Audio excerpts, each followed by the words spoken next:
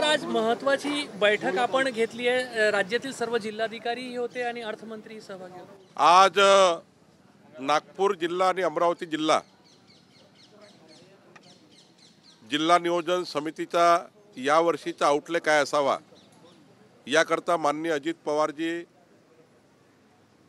राज्याचे आमचे नियोजन विभागाचे अधिकारी आणि महाराष्ट्रातले, नागपुरातले आणि अमरावतीतले अधिकारी यांची बैठक सुरू आहे। आणि या बैठकीमध्ये आम्ही मागणी केली आहे। यावर्षी 877 कोटी रुपये आम्हाला मिळाले होते। पुढच्या वर्षी करता 25-26 करता नागपूरला किमान 1200 कोटी रुपये मिळावे अशी विनंती आम्ही मुख्यमंत्री उपमुख्यमंत्र्यांना करणार आहोत। अमरावतीमध्ये सुद्धा 477 कोटी प्लान आहे वर्षाचा, त्याला आम्ही 600 कोटीपर्यंत कसा नेता येईल यावर्षीचा प्लान तो आम्ही आज मागणी करणार आहोत। मला वाटतं दोन्ही बैठका सुरू आहे।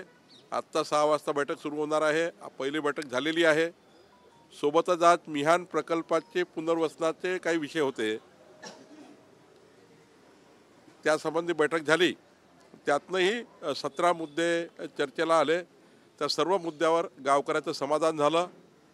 मला असं वाटतं की ही जी बैठक आहे या बैठकी आपल्या विकासाचा प्लॅन काय असावा त्या जिल्ह्याचा याकरता झाल्या आहेत। यातून आम्हाला आशा आहे की जेव्हा अंतिम आकडेवारी होईल, जेव्हा बजेट येईल, तेव्हा नागपूरला 1200 कोटी आणि अमरावतीला 600 कोटी हा जो साईज आहे DPCचा तो साईज वाढलेला दिसेल। कारण अमरावतीला 477 कोटी मिळतात, कमीत कमी 125 कोटीची वाढ व्हावी आणि नागपूरला सुद्धा 125-150 कोटीची वाढ व्हावी अशी मागणी आहे। मुख्यमंत्री देवेंद्र फडणवीस वर्षा बंगल्यावर का जात नाही याच्यावर आता बरेच तर्क लावले जात आहे। रामदास कदमांनी म्हटले तिथे उद्धव ठाकरे निघाले तेव्हा जादू करून निघाले होते, निंब सापडले नाही। माननीय मुख्यमंत्री योग्य वेळी शेवटी त्या ठिकाणी सर्वंट क्वार्टर्स वगैरे आहे, सर्वंट क्वार्टरचंही बांधकाम सुरू आहे। पण मला वाटतं मुख्यमंत्री लवकरच जातील आणि वर्षा बंगला यापूर्वीच ते 14 ते 19 त्या ठिकाणी राहिलेले आहेत। देवेंद्रजी करता सर्वच बंगले शुभ आहेत। देवेंद्रजी करता सर्वच बंगले शुभ आहेत, कोणताही बंगला अशुभ नाही आहे। सामाजिक क्षेत्रातील वॉर रूमची बैठक होती, मुख्यमंत्र्यांनी बोलवली होती। अजितदादा उपस्थित होते पण एकनाथ शिंदे नव्हते पोहोचलेले, अनुपस्थित होते। चर्चा आहे असं आहे की एखाद्या बैठकीला मुख्यमंत्री असतात, दुसऱ्या बैठकीला उपमुख्यमंत्री असतात, तिसऱ्या बैठकीला दुसरे उपमुख्यमंत्री असतात। सर्वच एका डायसवर आले पाहिजे असं कुठं लिहिलं आहे? प्रत्येकाला विभाग आहे। आज एकनाथ शिंदेकडे 4 विभाग आहे, माझ्याकडे महत्त्वाचा महसूल विभाग आहे, 2 जिल्ह्याचा पालकमंत्री पद आहे। त्यामुळं प्रत्येक बैठकीला आम्ही हजर असलो पाहिजे। मुख्यमंत्री आहेत, बाकी त्यांचा प्रत्येक ठिकाणी काही उपमुख्यमंत्री असतात असं नाही आहे। मुंबई हायकोर्टाने मुख्य निवडणूक आयोगाला नोटीस पाठवलेली आहे 6 वाजताच्या नंतरच्या मतदान विधानसभेच्या दिवशी जे 6 वाजता नंतर 76 लाख आता माननीय उच्च न्यायालयाने नोटीस पाठवली आहे, तर माननीय निवडणूक आयोग त्याचं उत्तर देईल। त्यात बावनकुळेचं का आलं? काल पटोले आणि पटेल यांची गळाभेट झालेली आहे। बरेच त्यांचं वैर चर्चेत असतं, पण काल भेट झालेली आहे। काही दिवसांपूर्वी अजून एक भेट झाली होती उद्धव ठाकरेंच्या। डायसवर आमचे कोणी नेते गेले, 2 पक्षाचे जरी, तरी ही महाराष्ट्राची संस्कृती आहे गळाभेट करण्याची।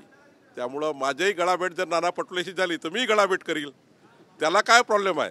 कुराडी महालक्ष्मीच्या मंदिरात नाना पटोले आले, मी एकावेळी आलो। आई आमची कुलदैवत आहे, आम्ही दोघांची गळाभेट झाली। गळाभेटीने काय होत नाही। आमच्या महाराष्ट्राचे संस्कार संस्कृती अशी आहे, हे बिहारसारखं किंवा अजून बाकी राज्यासारखं नाही आहे। जसं मी तिकडले ऐकलं आहे, मला काही माहिती नाही फार, पण महाराष्ट्राचे संस्कार संस्कृती जपणे आणि राजकीय जे काही परिस्थिती असेल ती निवडणुकीपुरती आहे, बाकी काही काळात आम्ही दुश्मन थोडी आहे। त्यामुळं गळाभेट होत असते। संजय राऊत साहेबांनी आरोप केला आहे की प्रत्येक विधानसभेमध्ये 20 ते 25,000 मतं वाढवण्यात आलेले असा आरोप केला आहे। संजय राऊत म्हणजे महाविख्यात नेते आहेत, जगप्रसिद्ध ज्योतिष तज्ज्ञ आहेत, जगप्रसिद्ध व्हॅल्युअर्स आहे। म्हणजे जगातल्या जेवढ्या डिग्री आहे त्या संजय राऊतासाठी कमी आहे। त्यामुळं संजय राऊत साहेबाबद्दल मला काही विचारू नका, त्यांच्या डिग्रीवर ते बोलत असतात। सर, तुमच्या खात्याने एक महत्त्वाचा निर्णय घेतला आहे, इंडस्ट्रीसाठी आता येण्याची गरज लागणार नाही, फार महत्त्वाचा निर्णय त्याच्याबद्दल। आता जर इंडस्ट्रियल बेल्टमध्ये तुमची जमीन असेल आणि त्या ठिकाणी तुमचा कारखाना उभा करायचा असेल तर येण्याची गरज पडणार नाही। आता सरकारी ऑफिसमध्ये जायची गरज पडत नाही।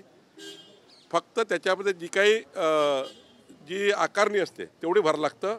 बाकी तुम्हाला एक खिडकी आम्ही काढून टाकली येण्याची, फक्त आकारणी भरावी लागेल तेवढी भरावी लागेल, बाकी काही नाही. इंडस्ट्रियल बेल्ट मीन्स MIDC म्हणायचं तर? नाही, इंडस्ट्रियल बेल्ट म्हणजे इतर ठिकाणचे इंडस्ट्रियल बेल्ट, MIDC वेगळी. माझी जमीन समजा इंडस्ट्रियल बेल्टमध्ये आहे, काही जमीन रहिवासी बेल्टमध्ये आहे, काही इंडस्ट्रियल बेल्टमध्ये टाकलेलं आहे. तर असं उदाहरण सांगितलं, जशी माझी जमीन इंडस्ट्रियल बेल्टमध्ये आहे तर मला आता येण्याची गरज पडणार नाही, किंवा तुमची जमीन जर त्या ठिकाणी कुठे इंडस्ट्रियल बेल्टमध्ये असेल त्याची गरज पडणार नाही, असा आम्ही निर्णय घेतला आहे. सर पण त्याच्यासाठी सुपीक जमिनीची हानी होईल असं वाटतं? नाही नाही नाही, ऑलरेडी इंडस्ट्रियल बेल्ट सरकारने टाकलेले आहेत, नोटिफाईड जमिनी आहेत, त्या भागाकरता आहे. म्हणजे तुमच्या जमिनी इंडस्ट्रियल बेल्टमध्ये असतील तर तुम्हाला आता येण्याची गरज नाही. तुमची इंडस्ट्री टाकण्याकरता तुम्हाला सरकारी ऑफिसमध्ये येण्याकरता जायची गरज नाही.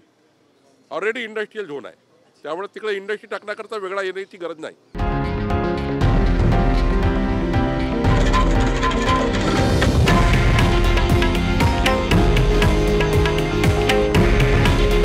हे आहे देशातील नंबर 1 न्यूज नेटवर्क आणि आपण पाहत आहात TV9 मराठी. काळजी तुमची, हित महाराष्ट्राचं.